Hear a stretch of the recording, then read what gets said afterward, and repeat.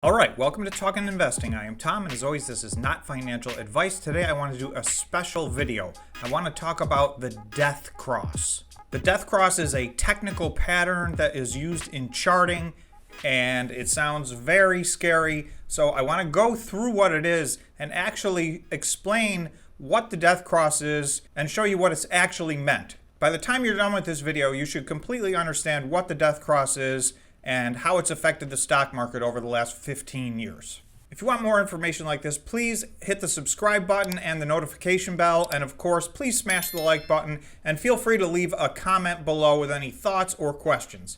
Also, in the pinned comment, you will see a link to our Discord. It is free, so please come and join us over there as well. As of the time of filming this, the market just had a death cross a few days ago. So whether you're watching this tomorrow or a year from now, it will still remain true. So what I'm going to do, over the last 15 years, there have only been 8 death crosses. So what I'd like to do is talk about what a death cross is and then look at the 8 death crosses that have occurred. We can see what its effect has been each of the last 8 times over the last 15 years. All right, I'm going to start in Investopedia and tell you what they say, and then I'm going to dig a little deeper. So Golden Cross versus Death Cross, an overview.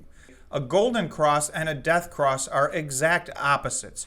A golden cross indicates a long-term bull market going forward, while a death cross signals a long-term bear market. Both refer to the solid confirmation of a long-term trend by the occurrence of a short-term moving average crossing over a major long-term moving average. Okay, so what we've established so far is there's 2 things. One's a death cross, that sounds bad. One's a golden cross, that sounds good. We're going to go see if that matches reality. Okay, so this is the S&P 500. This is the SPY, which mirrors the S&P 500. On here, you will see 2 lines. They are moving averages. This red line is the 200-day moving average for this index. And the second line is this green line that you will see. This is the 50-day moving average. So traditionally, when you hear people discuss a death cross, it is the 50-day average and the 200-day average that they are talking about. And these are just moving averages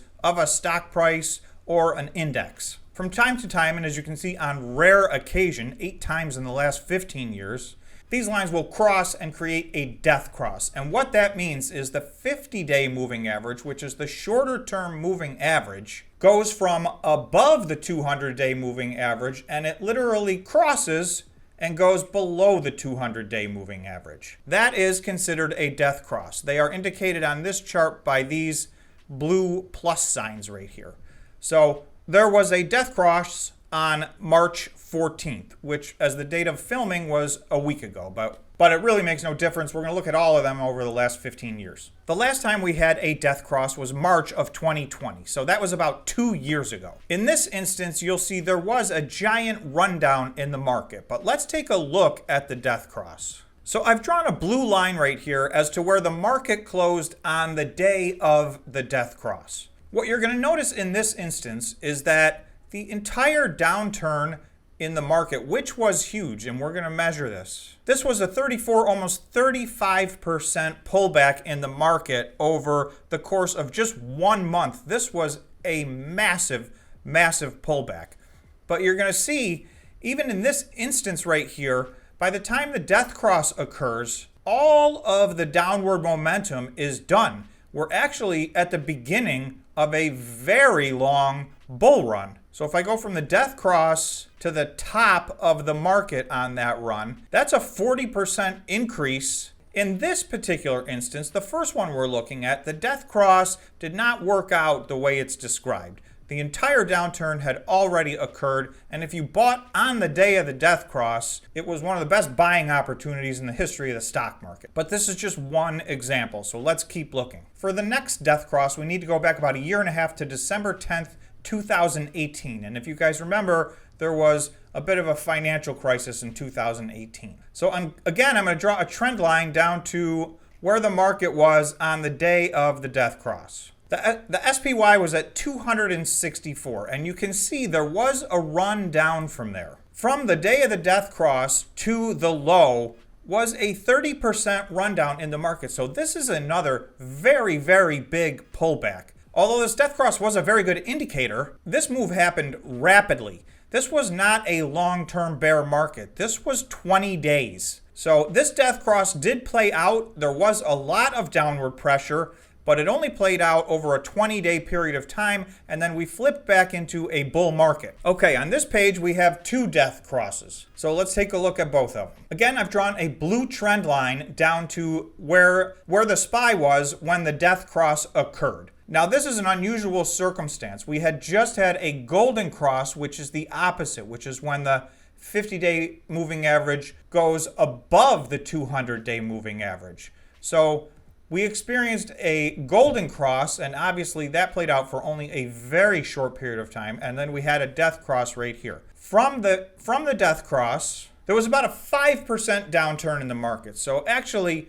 very little, mostly just sideways action, and that was about sideways and down 5% over the course of 1 month. So again, a very short period of time before we did hit a bottom and turn back into a bull market. So the last one was 3 weeks and 30%. This one is 4 weeks and 5%. So we only have to go back to right here to see another death cross. So you can see the green line goes from above to below the red line, which is the 200-day moving average. So in this instance, once again, just like the one that happens directly after this, this is in August of 2015. The one we just looked at was in January of 2016. So here, once again, there's about a 5% pullback over the course of, you can see from August 27th to September 29th. So again, 1 month. So 5% 1 month, that's twice in a row that's occurred. So not a long-term trend, but a short-term bottom in the market, which turned into a short-term bullish market. We then have to go all the way back to August 11th. So in 2012, 2013, and 2014, there were no death crosses. So you can see this does not happen very often. Okay, so once again, you will see the green 50-day moving average go across the red 200-day moving average to the downside. So I've drawn my trend line down to where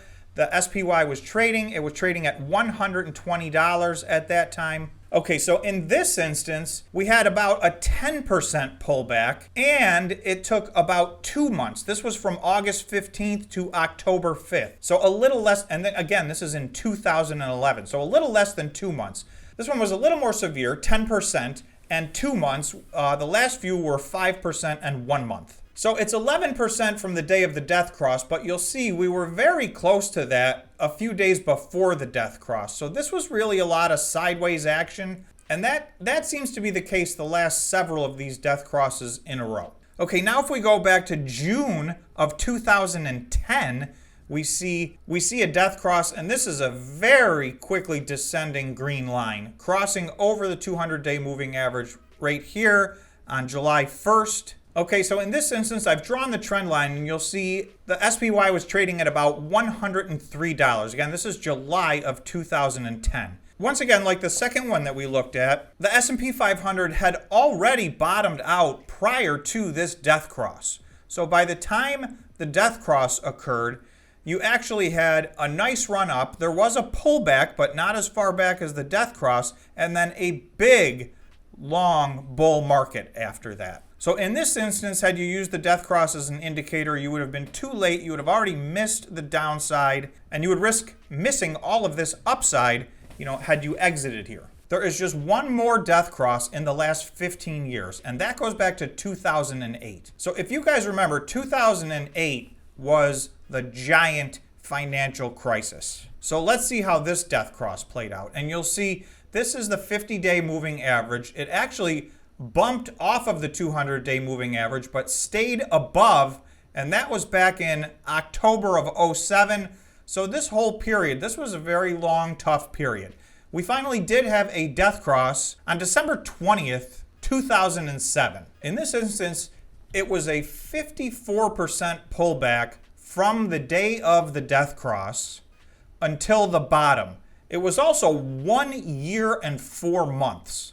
So this one right here in 2008, this is the one that people are afraid of. So you can see this does happen. Now in the last 15 years, This is the only death cross that actually was a sign of a long-term bear market. But this was a bad one, down 50+%, and it lasted well over a year. 1 out of the last 8 times and once in the last 15 years, this has indicated a longer-term bear market. For the most part, it tends to indicate either a bottom or that you're within 3 or 4 weeks of the bottom. And that has played out over all the other death crosses since then. So those are all the death crosses in the last 15 years so that you guys don't have to guess. You can see for yourself exactly what they've done.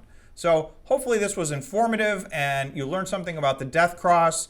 I will do a different video on the golden cross, which is the opposite of the death cross. That is when the 50-day moving average moves back above the 200-day moving average. And again, that would tend to be an indication of a bull market. So that's it for now. Thanks for watching, and we will see you in the next video.